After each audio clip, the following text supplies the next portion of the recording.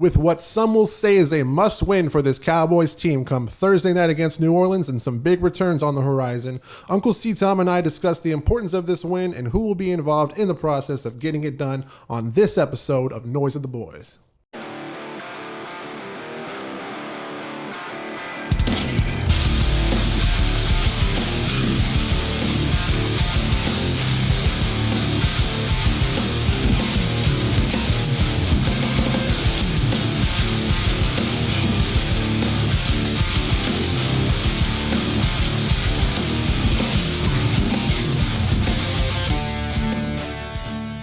Cowboy Nation, what is happening? Live and in living color, we bring to you the Noise of the Boys podcast, a Dallas Cowboys Homer exclusive from our studio at HQ1. I am your co-host, color commentator Matt Longoria, and with me as always, my right-hand dude, sitting to my left, Uncle C. Tom. What's up, everybody? Matt and I are just two true blue, over-the-top, die-hard fanatics that come together to help you celebrate those wins, but help you find those silver and blue linings in the losses. We are here to make some noise about the boys. How we feeling today, Matt Long? We are feeling well. We have gotten over that loss 6 days removed from Thanksgiving. We are looking forward to some big returns here tomorrow night as we are recording on a Wednesday evening. Some big returns are to be made Thursday night and in a timely manner, to say the least. The Cowboys regained the presence of their top two receivers in Amari Cooper and CeeDee Lamb. Will this offense bounce back after not looking like themselves in 3 of the last 4 games, of which we took L's? I really, really hope so. I'm kind of at the point where I'm on the borderline of whether... I don't know whether or not if this team is about to look like the 2019 Cowboys or if we're actually something different. So I got to be honest, I am growing a little bit worried. I don't really know what kind of team that we're going to be this season. I think that this game on Thursday is going to tell a lot about who we are. We're getting all of our guys back, okay? There's no more excuses. This offense needs to look good to go. They need to look ready. They need to be firing on all cylinders because these last 6 games, it's go time. It's full go. We got to win some ball games, and this Dallas team is built to win games by scoring a lot of points. So whether or not I think we're going to bounce back is kind of irrelevant. They have to bounce back. Yeah, very well said. I will say that we really want to, as true blue Cowboys fans, and very, very much so, we want to call this a biased podcast, but in reality, you can't help but accept the facts. And the facts is we have lost 3 of our last 4 games. We don't look like the team that went on a 6-game winning stretch. With that, and during that 6-game winning stretch, I am one to say that we were advocates that this team was going all the way. There wasn't a team that could touch us. Of course, sitting here now and today, having witnessed all of those losses in the last 4 games, I do have to just hope and pray that we bounce back and reestablish who we are as a team.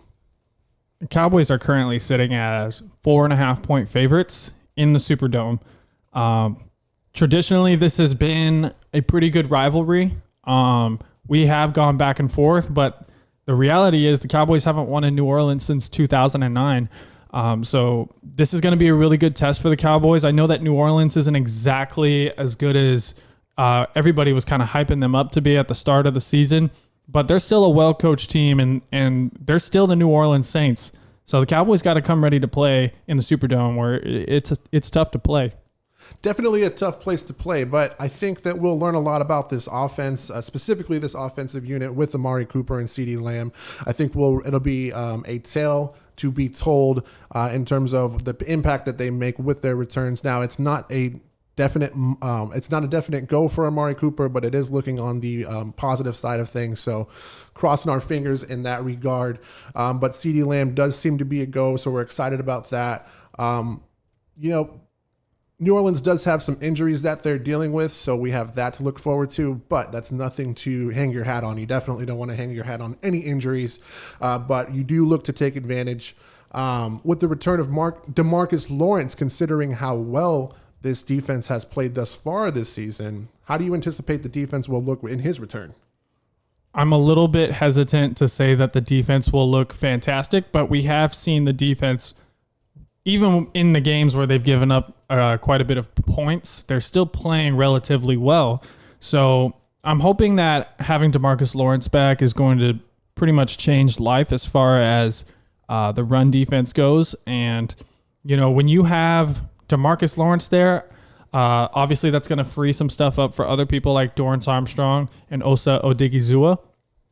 And then obviously Micah Parsons can just kind of be a roamer. He can play wherever. He can just try to generate pressure. He can make plays on the ball, tackle for losses, all of those things. So having DeMarcus Lawrence back does more than just the sack total. And Cowboys fans and NFL fans, that's something they like to look at is the sack totals. But in all reality, if DeMarcus Lawrence is getting a lot of pressure and he's being outstanding in the run defense, then he's a presence that this Dallas team absolutely will have missed. So look for those things, especially in the run defense. We definitely need to tighten up some loosened screws on the run defense because we've been getting gashed. Yeah, it's definitely frustrating to watch an opposing team's run game do so well against a defense that has played very well thus far this season. Not a whole lot of talk about LVE, the Wolfman, the Wolf Hunter. Is he an afterthought at this point? I think that he's played pretty good, but we've also seen him out in space just get juked out of his socks. So he's had some plays where he's filling the gaps. He's sticking to his assignment. He's making plays on the ball. But then we also see where he's getting absolutely shredded and left in the dust. So he's been kind of up and down. And the reason that he's kind of an afterthought right now is because you have Micah Parsons at linebacker. So it's kind of easy to become an afterthought. If Micah Parsons wasn't on this team, I think that a lot of people would be like, "Oh, well, LVE, Wolf Hunter, he's playing pretty well this season. He's played a lot better than he did last year." But it like I said, it's easy to become an afterthought when Micah Parsons is lining up at the same position as you. Certainly. I do have to say, for those of you who don't know, DeMarcus Lawrence is set to make his return on Thursday night. You never want to mess with the momentum of something that's going so well. But I just truly believe that DeMarcus Lawrence is a part of this beast and establishing what it was and what it can be. I think that we will see an incline in production with his presence. I think it's really hard to argue that. Any last thoughts on DeMarcus Lawrence before we move on? DeMarcus Lawrence is a dog. And I mean that in a complimentary way. This guy comes in, he puts in the work, he's going to give it his full go every single play. And that's something that you want on defense. You want a guy with that kind of motor and that kind of mentality.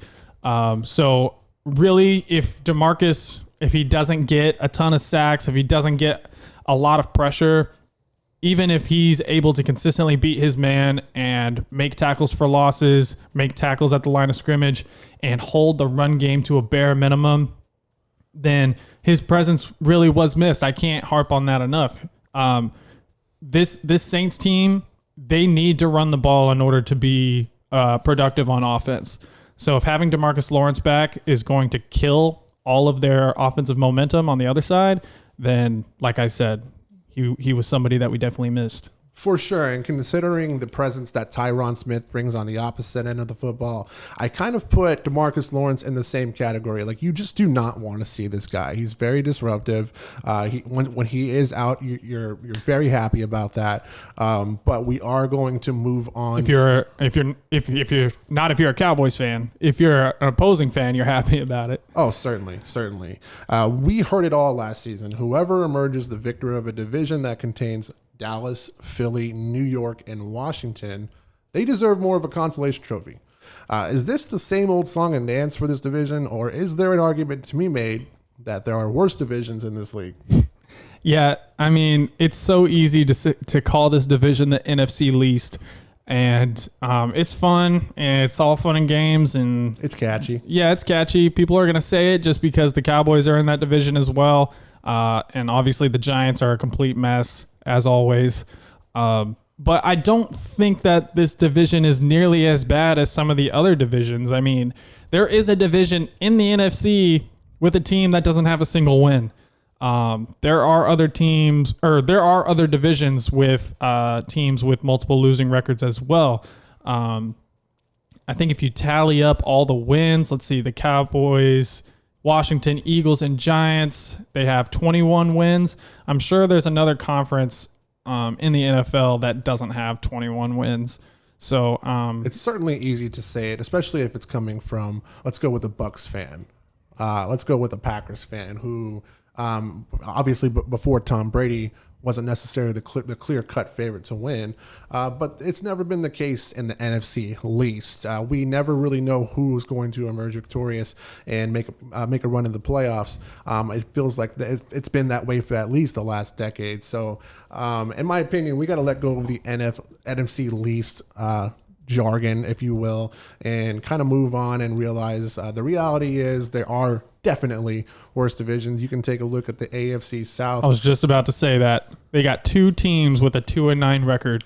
So AFC South is one that comes to mind that is not better than the NFC East. And then above them, you do have Indianapolis, who are just at 500. We know they've been spotty this season. And then the clear-cut favorite, obviously, here is going to be Tennessee. They've had their games, and they've had their games where they've just kind of crapped the bed, so to speak, in the same way that Dallas has against teams like Denver and also a team like the Raiders. And, the NFC least, we get a lot of hate in this division, but this is the only division where all four teams have won a Super Bowl. So that doesn't sound like a least division to me. And as far as the rest of the teams being bad and the Cowboys being good, and yeah, they should make the playoffs because their division sucks. Hey, that's how Tom Brady made his legacy, right? Being in a really bad division, beating up on his really bad division, and then taking it all the way through the playoffs. So maybe having a division that is kind of piss poor isn't such a bad thing. Yeah, I mean, there's an argument to be made there for sure. I never heard anybody giving the GOAT and Tom Brady any sort of crap for him being in a division that was filled with lesser opponents for an extended period of time.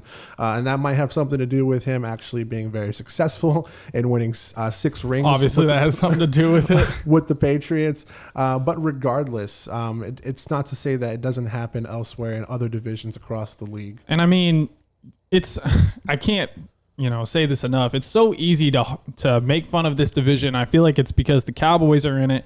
And if we're winning the division, it's like, oh, they're the NFC least. They should be winning that. Washington has, right now, if the playoffs started, Washington would be in the playoffs. So the NFC least actually has 2 playoff teams as it stands right now, as the standings are today, Wednesday, December 1st. So I think there are worse divisions. Don't get me wrong. Let's not get it misconstrued, okay? We don't think that the NFC East is a great division by any stretch. We're happy we're in this division. But to say they're the worst division in football, I think that's a stretch. As a Cowboys fan, personally, I prefer it this way. We don't always have to worry about not making the playoffs. In years past, let's specifically hone in on our 3 8-8 seasons, where it came down to the last game and beating each of these opponents, one in the Giants, in New York, and as well as in Washington, and losing all 3 games. You weren't calling us the NFC least back then. Don't start it now. But as a Cowboys fan, we're absolutely happy to beat Dallas in this particular case. Yeah, those were some hard times. I don't like thinking about those 3 straight 8-8 seasons. The Jason Garrett era is gone. It's long gone, and we no longer have to worry about that. But while we're on the subject of head coaches, it has been reported that Mike McCarthy is an unvaccinated head coach and has been diagnosed with COVID-19 and will miss this game, potentially the next one. What kind of message do his understudies need to send this team to help them be successful in his absence? So the good thing is we have Dan Quinn, right? Dan Quinn, obviously, we all know about the Super Bowl he lost, but at the end of the day, he is a coach that got his team to the Super Bowl, and there's an argument to be made that they should have won that Super Bowl. I mean, with that kind of commanding lead, you probably should win that game. But as far as, Dan Quinn taking over for just one game, I think the Cowboys are in good hands. You still have all of your play callers. I think I'm not entirely sure if Dan Quinn is going to be the head coach and the defensive play caller. We'll see how that kind of shapes out. Maybe he has some assistants that help him from up in the booth, and he can kind of handle the play-by-play with the head coaching duties and things of that nature. But we still have Kellen Moore. We still have Dan Quinn. We still have our special teams coordinator, Bones. And at the end of the day, you can have all the best coaches in the world, but the players got to go out there and they got to execute. The players got to go out there and they have to have the intensity. And I think that's a plus side. Dan Quinn he's a really intense dude. The players love him. He's a great voice in the locker room. So as far as Mike McCarthy not being there, he's doing everything he can from behind the scenes to get this team prepared. I think on game day, I don't think that his absence will mean, a ton, especially if Dan Quinn can make a lot of really good like clock management decisions, use the timeouts wisely, things like that.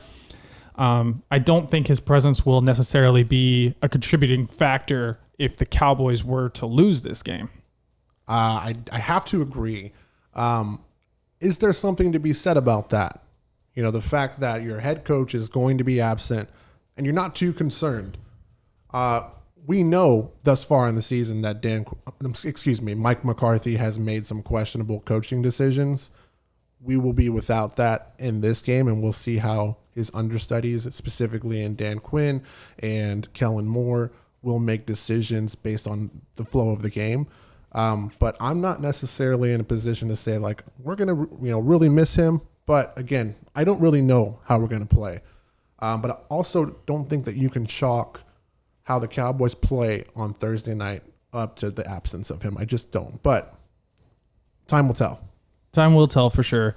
I think that, with Dan Quinn taking over that experience, I can't state how important that is and how meaningful that is.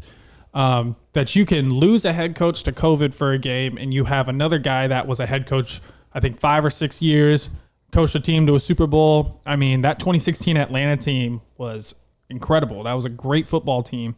So the fact that we have him to kind of step in, fill that role, that's obviously, very exciting and very good for the team. But certainly the whispers throughout the media indicate that Kellen Moore is a favorite to go for a head coaching position in this coming offseason as well. But he's not ready. I agree.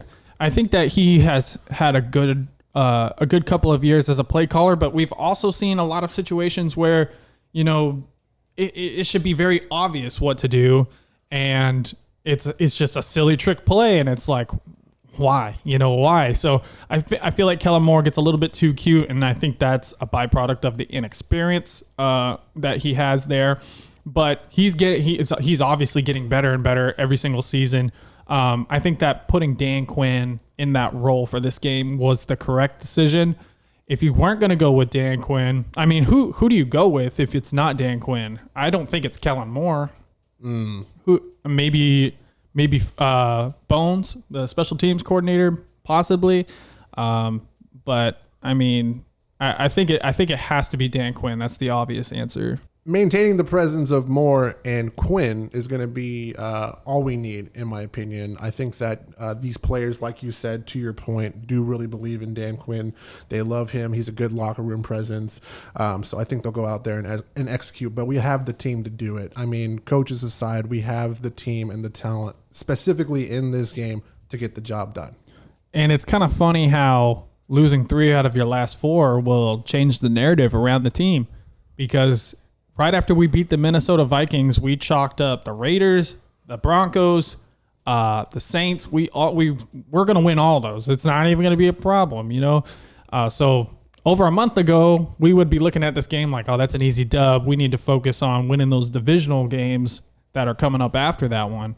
But it's just kind of funny how the narrative changes, how you're feeling about your team changes based off of a 3 or 4 game stretch.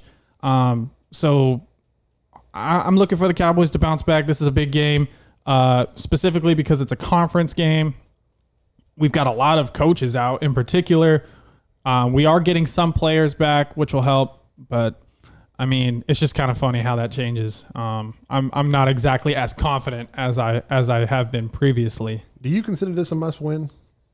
I do. I mean, these last 6 games, you kind of have to go on you want to be peaking in December. December is the most important month of an NFL season, especially when, it's a 17 game season now. So these last 6 are even all the more important. These last 6 are even all the more important because, 3 or 4 of them are against the NFC East? Yes. That's a big deal. So these last 6, you want to go 5-1, 4-2. So in order to have that 5-1, 4-2 record to end the season, have a really good December, it all starts with this game on the road after you've lost 3 of your last 4. So to me, yeah, I consider it a must win. A lot of people probably think that's a stupid thing to say. It's like, well, no, because they'll still be leading the division. It's like, yeah, but I mean, do we really want Washington to be a game behind us? Like, we need to win this game. We need to establish our dominance once again.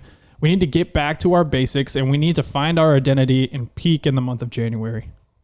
December. I'm all riled up. Excuse me. December. No problem at all. I think we can all relate to that. I think it's super important to be successful in December. To your point, it's going to set the tone moving into the playoffs. But look at it this way: you drop this game and you're sitting at 7-5. Considerations aside, I mean, who cares what other people think? But you as a team are going to your confidence diminishes the more you take L's. We need to reestablish ourselves as a dominant force, not only in this division, not only in the conference, but as in the league as a whole. It is what it is. 4 games ago, we were number 3 in the league. Any idea where we're sitting at right now? I can tell you that we're probably hovering around 13 to 16. I'm sure. I mean, like I said, narrative changes everything. So that being said, from the time of this recording, Alvin Kamara is currently listed as questionable to play Thursday night. Additionally, Taysom Hill has earned the starting position in this game over Trevor Siemian. How does the absence, or even more importantly, how does the presence of these pieces help favor the Saints offense in a game against a Cowboy team that's desperate for a win? So I think the big thing here is not necessarily about, obviously the quarterback is going to be the main talk. As far as, the narratives and the storylines and all that, that's going to be the main storyline. But the underlying one is really going to be Alvin Kamara. Obviously, we know what kind of player he is. We know how he can make this offense a lot better, obviously. And then they just got Mark Ingram, who apparently he's good to go.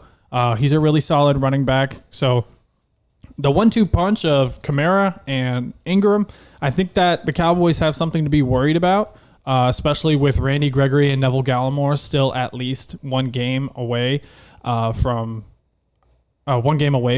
coming back and making contributions. And then also you have to factor in the fact that Tristan Hill, who has been playing really well as far as the run game goes, is suspended for this game. So I think Alvin Kamara and Mark Ingram, they should have a decent game, and that makes me a little bit nervous. And harping back to what I said before, hopefully DeMarcus Lawrence can make up for some of those losses and the Saints' additions. Man, as popular as of a franchise as the Dallas Cowboys team is, I would say and make an argument that they've done a really good job of staying out of the media this year. I think it's important to not get distracted. Forget the standings, forget where you fall in the division, forget what people are saying about you. You take, let's just say there is no injuries across the board for either of these teams. I'm still going to take Dallas. They need to start believing in themselves. They can get this job done, but the more you get distracted, the lesser you're going to play. And let me get to this. The Cowboys have been known to play to the level of their competition. They need to play to the level of their competence. This team can get it done. They've shown it time and time again. It's time for them to buckle down and get a W. And you can't help but pray that they get it done. Yeah, and as far as, when we get to our picks, we'll kind of tell you how confident we are about this. But I want to talk a little bit about Taysom Hill and his impact on this game. He did, like you said, he did get named starting quarterback last season. He was impressive as far as the record went. He went 3-1 last season. But this year he hasn't really seen the field a whole lot unless he's running the football. He's also been injured. I'm much more excited for Taysom Hill to be playing at the quarterback position against Dallas. Because a lot of people have been calling him Tim Tebow 2.0. But what I like to call Taysom Hill is exactly what everybody thought Dak was going to be. So I am a little bit nervous, though, in the sense that, like I said, he did play well last season. So don't be afraid, or don't be surprised if he comes out and he plays well and we see him celebrating, flexing, and screaming in the camera, which would be awful. That is correct. And moving into our silver and blue lining segment, we do have to say that this is about as close as it gets to having our offense at full health. Would you agree with that? Yeah. I mean, I saw a stat today that said that it was Dak, Amari, CeeDee, Michael Gallup, Tyron Smith, Lael Collins, Zach Martin. Out of those 7 players, and Ezekiel Elliott, 8 players, they haven't all, as a group, played a single snap together this season. Not a single snap. Not a single one. So, I mean, this is going to be the first time that we've seen that. Considering Amari Cooper plays, yes. And you can't help but just wonder how they're going to respond and how they're going to play with that fact in mind. You can't help but feel like they should play really well. But time will tell yet again. So, silver and blue lining, this is the first time we've seen our offense at full strength. So, let's hope that they go down. And now, let's keep in mind that the Saints do have a really good defense, okay? They've got some serious players with guys like Demario Davis and some guys on the back end that can really make some plays. So, their defense versus our offense is going to be the matchup to watch. I think our defense will be just fine against the Saints offense. Granted, they stopped the run. But as far as our offense versus their defense, everything's going to be won at the line of scrimmage. So having all of our linemen in there, hopefully we have some continuity now. Let's see how this offense performs with all of their guys in the lineup for the first time this season. Definitely a must-win categorized here from the boys at HQ1. I did want to grab your final thoughts moving into this game. What do you want us to look for in terms of production from the offense, and what can we look for altogether? So my final thoughts for this game is I'm interested to see what Zeke and Pollard can do, because we've seen this team get one-dimensional because teams are selling out to stop the run. And I really did think that Zeke was going to have a pretty good game on Thanksgiving, and that just was not the case. They're saying they're not going to rest him. They're saying he's a full go. He's going to have a heavy load. So we'll see what that heavy load looks like. I'm looking to see the run game get established, get back to being that balanced rushing and passing attack that we were against teams like the Chargers and the Philadelphia Eagles. In those games, we were really balanced, and our defense also got takeaways. So let's hope that all 3 of those things are going to happen, and we should have no problem winning this game. Definitely looking for the offense to bounce back. I definitely think that we will see it happen, but not going to die on that hill for sure. In my opinion, I'm looking for a complimentary win. I think that the defense need to get stops and takeaways in a timely manner, and the offense to come in and clean it up and respond and feed off of the defense, because it seems that is the trend that we've been following so far this season. So before we wrap things up here, something that I've kind of want to get started doing here is I want to know, Cowboys Nation, give me your bold prediction for this game. Who do you think is going to show out? Who's going to have a solid game? Give me a bold prediction, something wacky. What's going to happen this game? What do you think your bold prediction from this game is?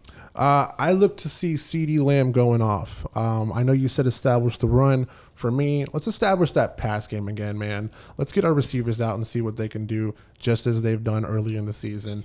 But look for CeeDee Lamb to get, let's go 8 catches, 150. That's my bold prediction. I would love to see that. I mean, I can definitely see why that would be your bold prediction, given that Cedric Wilson probably isn't going to play this game. And then, of course, with Amari Cooper back in there, hopefully that will open things up. And we do have Gallup, so lots of things to be excited about. Silver and blue linings, Cowboys Nation. Let us know what your bold prediction is. My bold prediction is that D-Law has 2 sacks and 2 tackles for losses in his first game back since week 1. Looking for the Hot Boys return, if that's still a thing. Let's get it done. And just to reiterate, the best way to let us know your predictions and your hot takes and your bold predictions, comment down below. Let us know what you think. Guys, we're an up-and-coming YouTube channel. The best way to show your support and get this video and this channel into the algorithm is by supporting. And the best way to support, comment below. Bold predictions, game predictions, score predictions. Hit that like button. Hit that subscribe button, activate that bell button. That's the best way to support the channel. So, you can also find us on Apple Music and Spotify, where we ask that you leave a review. If you hate it, leave a crap review. If you love it, leave a love review. Just leave something. That's all we ask. All right. Before we call it quits, what's your score prediction? I am very reluctant because I've been all over the place with my predictions. Considering that this is a must win and I'm a biased fan, I'm going to take my boys. I really think this time, with the re-addition of Cooper and Lamb, we go off 34-28 Cowboys. All right. Well, since we started this podcast, I am 0-2 on predictions, so I'm starting to think that I might have some superstitious bearing on the way that these games are turning out. So I'm going to take the Saints. I'm going to say 26-20. Let's hope that I'm wrong, Cowboys Nation. That is just blasphemous. Ladies and gentlemen, if you've made it this far, we want to thank you for your time and attention and hope you've learned something of value here in the last half hour. Smash that thumbs up button, subscribe to the channel, and activate that bell button so that you can be the first to know when a new episode of Noise of the Boys podcast has dropped. And with that, we are out of here. Matt Longoria and Uncle C. Tom, and we will see each and every one of you in the post-game report. Peace!